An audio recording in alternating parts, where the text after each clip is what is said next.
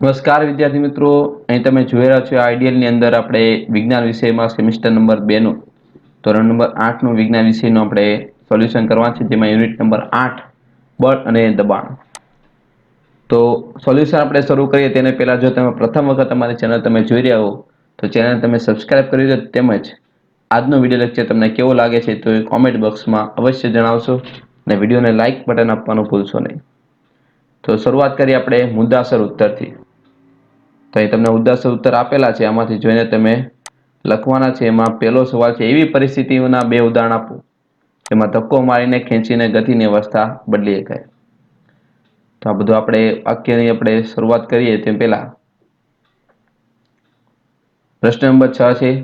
નીચેના વાક્યના આપણે એક બે પ્રશ્નમાં ઉત્તર લખવાનું છે. એમાં પહેલું છે, દોરડા ખેંચની રમતમાં જ્યારે બંને દોરડાને એક સમાન બળથી ખેંચીએ છીએ તો શું થાય છે?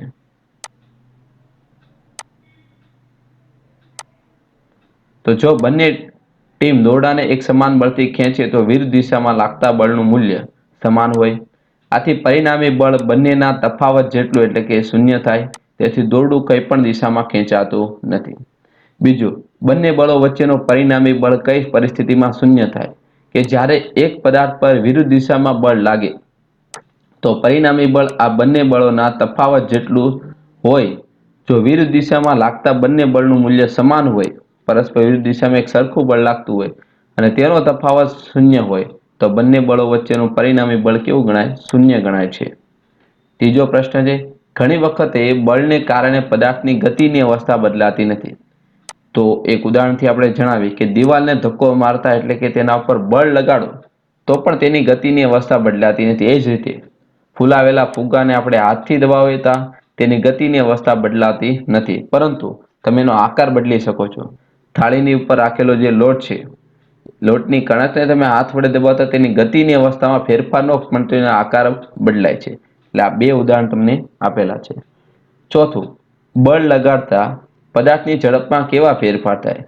બળ લગાડતા પદાર્થની ઝડપમાં વધારો થાય કે ઘટાડો થાય? બેટ્સમેન જ્યારે બોલને ખૂબ જોરથી ફટકારે છે ત્યારે તે બોલની ઝડપ વધે છે. જ્યારે ગતિ કરતા બોલને કોઈ ફિલ્ડર રોકે છે ત્યારે તેની ઝડપ ઘટે છે. આ જ રીતે ગતિ કરતી સાયકલને તમે બ્રેક મારતા બ્રેક વડે પૈડા ઉપર લાગતા બળ લાગે છે અને સાયકલની ઝડપ શું થાય? ઘટે છે. જ્યારે વધુ ઝડપથી પેડલ મારતા સાયકલની ઝડપ શું થાય? વધે છે. અહીંયા તમને એ વાક્ય આપેલું છે.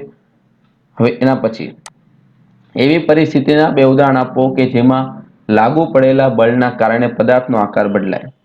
તો કે બાંધેલા લોટના પીંડાને વેલણ વડે વણતા તેના આકારમાં ફેરફાર થાય છે.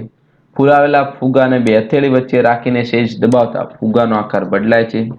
પ્રથમ પરિસ્થિતિમાં વેલણ વડે તો બીજી પરિસ્થિતિમાં આપણે હાથ વડે બળ લાગે છે. છઠ્ઠું, એક ઓજાર બનાવતી વખતે લુહાર લોખંડના ગરમ ટુકડાને આમ હથોડો મારે છે. હથોડો મારવાને કારણે લાગતું બળ લોખંડના ટુકડા પર કેવી રીતે અસર કરે છે? તો કે એક ઓજાર બનાવતી એક લુહારનો લોખંડનો ટુકડાને હથોડો જ્યારે મારે છે ત્યારે હથોડા મારવાને કારણે લોખંડના ટુકડા ઉપર આપણું સ્નાયુ બળ લાગે છે. આ સ્નાયુ બળને લીધે હથોડો અને લોખંડના ટુકડા વચ્ચે આંતરક્રિયા ઉદ્ભવે છે અને એનો આકાર શું થાય છે? બદલાય છે. પ્રાણીઓના સ્નાયુ બળનો ઉપયોગ ક્યાં કરે છે? તો કે પ્રાણીઓ તેની શારીરિક ક્રિયાઓ અને બીજા કાર્ય કરવા માટે સ્નાયુ બળનો ઉપયોગ કરે છે. એના પછી સ્નાયુ બળને સંપર્ક બળ કેમ કહેવાય? તો કે સ્નાયુ બળ ત્યારે જ લાગુ પડી શકાય કે જ્યારે સ્નાયુઓ કોઈ પદાર્થ સાથે સંપર્કમાં હોય. આથી તેને સંપર્ક બળ કહેવાય. સંપર્ક બળના આપણે બે ઉદાહરણ લખવાનું છે. એક તો સ્નાયુ બળ આવશે અને બીજું છે ઘર્ષણ બળ. તો હવે ઘર્ષણ બળની વ્યાખ્યા કે જે બળ પદાર્થની ગતિની વિરુદ્ધ દિશામાં લાગતું હોય અને પદાર્થની ગતિનો વિરોધ કરતું હોય તેને આપણે ઘર્ષણ બળ કહેવાય. ઘર્ષણ બળને આપણે સંપર્ક બળ કેમ કહીએ? તો કે ઘર્ષણ બળ બે સપાટી વચ્ચેના સંપર્કને લીધે ઉત્પન્ન થાય છે. તેથી એને આપણે સંપર્ક બળ પણ કહેવાય. 12મું છે, બે ચુંબકના બે ધ્રુવો વચ્ચેની આંતરક્રિયાનું પરિણામ જણાવો. તો જો બંને ચુંબક બે અસમાન ધ્રુવો વચ્ચેની આંતરક્રિયાને લીધે બંને ચુંબક એકબીજા તરફ શું થાય છે? આકર્ષાય. અસમાન ધ્રુવ હોય તો. પરંતુ જો બે સમાન ધ્રુવો હોય તો તે વચ્ચેની આંતરક્રિયાને લીધે બંને ચુંબક વચ્ચે શું થાય? અપાકર્ષણ થાય અને એકબીજાથી દૂર જાય છે. 13મું, સ્થિત વિદ્યુત બળ એટલે શું? અને તેને અસંપર્ક કેમ કહેવામાં આવે છે?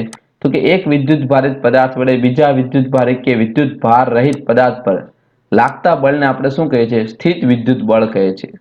આમ બે પદાર્થો સંપર્કમાં ન હોય ત્યારે પણ આ બળ અસ્તિત્વમાં આવે છે અને તેથી સ્થિત વિદ્યુત બળ કેવું કહેવાય? અસંપર્ક બળ કહેવાય છે.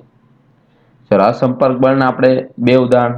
તો અસંપર્ક બળના બે ઉદાહરણ છે. એમાં પહેલું છે ચુંબકીય બળ અને બીજું છે સ્થિત વિદ્યુત બળ. શું ગુરુત્વાકર્ષણ બળ માત્ર પૃથ્વી દ્વારા જ લાગી શકે છે? ના. ગુરુત્વાકર્ષણ બળ વિશ્વનો દરેક પદાર્થ બીજા પદાર્થ ઉપર બળ લગાડે છે. 16મું, ઉછાળેલો દડો જમીન ઉપર કેમ પડે છે? તો કે ઉછાળેલો દડા ઉપર પૃથ્વીનું ગુરુત્વાકર્ષણ બળ લાગે છે, જેના કારણે તે જમીન ઉપર પડે છે. 17મું, લાકડા કાપવા માટે કુહાડીના આગળના તીક્ષ્ણ ભાગનો ઉપયોગ કેમ કરીએ છીએ આપણે? કે કુહાડીને જ્યારે આગળના તીક્ષ્ણ ભાગનું ક્ષેત્રફળ તેના પાછળના ભાગ કરતાં ઓછું હોય છે અને પૃષ્ઠનું ક્ષેત્રફળ જેટલું ઓછું હોય તેમ તેના પર લાગતું દબાણ પણ કેવું હોય? વધારે હોય છે. આથી તીક્ષ્ણ ભાગ દ્વારા જ વધુ દબાણ લાગતા તે ઝડપથી કાપી શકાય છે. એના પછી કુલીઓને જ્યારે ભારે બોજ ઉપાડવાનો હોય ત્યારે શું કરે છે? તો કે જ્યારે તેનો ભારે બોજ ઉપાડવાનો હોય ત્યારે તે પોતાના માથા ઉપર કાપડને ગોળ વીંટાળીને રાખે છે. એમ કરવાથી શું થાય? તો કે તેમના માથા સાથે બોજનું સંપર્ક સપાટીનું ક્ષેત્રફળ વધી જાય. તેથી માથા ઉપરનું દબાણ શું થાય? ઘટી જાય અને સરળતાથી તે બોજ ઉપાડી શકે છે. એના પછી 19મું, પાત્રમાં ભરેલા કોઈ પ્રવાહી દ્વારા તળિયે લાગતું દબાણ કેવી રીતે કઈ કઈ બાબતો પર આધાર રાખે છે? તો કે પાત્રમાં ભરેલો કોઈ પ્રવાહી દ્વારા પાત્રને તળિયે લાગતું દબાણ પ્રવાહીના સ્તંભની ઊંચાઈ અને પ્રવાહીની ઘનતા ઉપર આધાર રાખે છે. ચલો સંપર્ક બળની વ્યાખ્યા કરી કે જ્યારે બે પદાર્થો એકબીજા સાથે ભૌતિક સંપર્કમાં હોય ત્યારે તેમની વચ્ચે પ્રવર્તતા બળને આપણે સંપર્ક બળ કહેવાય છે. ચુંબકીય બળ કોને કહેવાય? કે કોઈ એક ચુંબક વડે અન્ય ચુંબકીય પદાર્થ ઉપર લાગતા બળને આપણે ચુંબકીય બળ કહેવાય છે. ત્રીજું, ગુરુત્વાકર્ષણ બળ કોને કહેવાય? તો કે વિશ્વનો દરેક પદાર્થ નાનો હોય કે મોટો એકબીજા ઉપર આકર્ષણ બળ લગાડે છે તો આ બળને આપણે ગુરુત્વાકર્ષણ બળ કહેવાય છે. એના પછી ચોથું છે દબાણ. તો એકમ ક્ષેત્રફળ દીઠ લાગતા બળને આપણે શું કહીએ છીએ? દબાણ કહેવાય છે. પાંચમું છે વાતાવરણીય દબાણ. તો કે આપણી આસપાસ રહેલી હવાના આવરણ વડે લાગતા દબાણને આપણે વાતાવરણ દબાણ અથવા તો વાતાવરણનું દબાણ કહેવાય. ચલો પ્રશ્ન નંબર 8 છે. અહીંયા તમને કયા પ્રકારનું બળ છે બરોબર પ્રવૃત્તિ તમને આપેલી છે કે ભાઈ તીરંદાજ છે લક્ષ્યને નિશાન તાકવા માટે ધનુષ્યને પણછ વડે ખેંચે છે અને બાણને છોડી દે તો એ ધનુષ્યથી એ ગતિ કરશે. તો હવે તમને અહીં અલગ અલગ પરિસ્થિતિ આપી છે તેનો આપણે જવાબ લખવાનો છે. તો અહીં તમને એના જવાબ તમને આપેલા છે, તમે આમાંથી જોઈને લખવાના રહેશે. આગળ વધતા જઈએ આપણે વિકલ્પો આપેલા છે. પહેલું છે બળ લગાડવા માટે ઓછામાં ઓછા તો કે ભાઈ બે પદાર્થો વચ્ચે આંતરક્રિયા થવી જોઈએ. પદાર્થ પર એક જ દિશામાં લગાડેલા બળો એકબીજામાં શું થાય? પ્લસ થાય, ઉમેરાય. જો બળનું મૂલ્ય અને દિશા બદલાય તો એના પર થતી અસર પણ બદલાય. ચોથું છે સ્થિર દડાને આપણે ધક્કો મારતા તે કેમાં આવશે? ગતિમાં આવે. સિમ્પલ છે. પાંચમું, જો પદાર્થની ગતિની દિશામાં બળ લગાડવામાં આવે તો પદાર્થની ઝડપ પણ શું થાય? વધે. છઠ્ઠું, જો બળ ગતિની વિરુદ્ધ દિશામાં લગાડવામાં આવે તો પદાર્થની ઝડપ શું થાય? ઘટે. જ્યારે ખેલાડી બેટ વડે બોલને મારે છે ત્યારે કે બોલની ગતિ અને દિશા બંને વસ્તુ બદલાય છે. આઠમું, સ્થિર અવસ્થાને ખાલી ઝડપવાળી અવસ્થા ગણવામાં આવે છે તો કે શૂન્ય. રબરના ફૂલાવેલા ફુગ્ગાને બે હથેળી વચ્ચે રાખીને દબાવતા તેનો આકાર શું થાય છે? બદલાય છે. પ્રાણીઓ તેમની શારીરિક ક્રિયા કરવા માટે કયું બળ લગાવે છે? સ્નાયુ બળનો ઉપયોગ કરે છે. 11મો, પાણી ભરેલી ડોલ ઉંચકવા માટે કયું બળ વપરાય છે? તો કહેવાય સ્નાયુ બળ વપરાય છે. 12મું, ઘર્ષણ બળ એ ગતિમાન પદાર્થની વિરુદ્ધ દિશામાં જ હોય છે. 13મું, તો કે ઘર્ષણ બળ એ બે સપાટી વચ્ચેનો સંપર્કને લીધે ઉદ્ભવે છે. 14મું, બે પદાર્થો એકબીજાને અપાકર્ષે આ આકર્ષણ ચુંબકીય અથવા તો સ્થિત વિદ્યુત બળને કારણે હોઈ શકે. 15મું, સિક્કો તમારા હાથમાં છટકી જાય નીચે પડે તો આ ગુરુત્વાકર્ષણ બળ કહેવાય. 16મું, ખાલી જગ્યા બળ આપણા બધા પર દરેક સમયે આપણી જાણકારી વગર લાગતું રહેતું હોય છે એને આપણે ગુરુત્વ બળ કહીએ છીએ. 17મું, તમને એક આકૃતિ આપેલી છે પાણીની ટાંકીની. એમાં આપણે ABCD પોઈન્ટ છે આ બધા, તો એ જગ્યાએ લગાવેલા છે બરોબર, અલગ અલગ પોઈન્ટ. તો કયા બે પોઈન્ટમાંથી સમાન દબાણથી પાણી બહાર આવશે? તો જેની ઊંચાઈ સરખી હોય તે ઊંચાઈ વાળો કયા પોઈન્ટ છે? બી અને આ કયો છે? સી. એટલે એવો ઓપ્શન થશે. એના પછી હવે 18મું જોઈએ. આપણા શરીરની અંદરનું દબાણ કોના સમાન છે? તો આવશે વાતાવરણના દબાણ સમાન.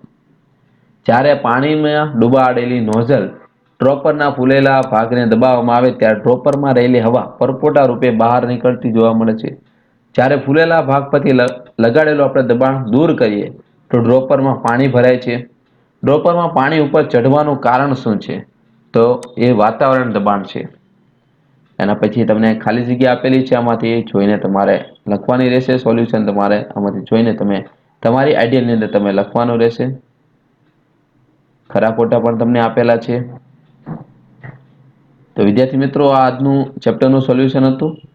તો હવે બીજા ચેપ્ટરના તમારે સોલ્યુશન મેળવવા હોય તો તમારે ચેનલને તમે સબસ્ક્રાઇબ કરવાની રહેશે, જેથી યોગ્ય સમયે તમને વિડીયો લેક્ચર બધા મળતા રહે. અને આજનો લેક્ચર તમને કેવો લાગ્યો અને કેવા પ્રકારના લેક્ચર જોઈએ તેના માટે કોમેન્ટ અવશ્ય જણાવશો. Thank you. જય હિન્દ, જય ભારત.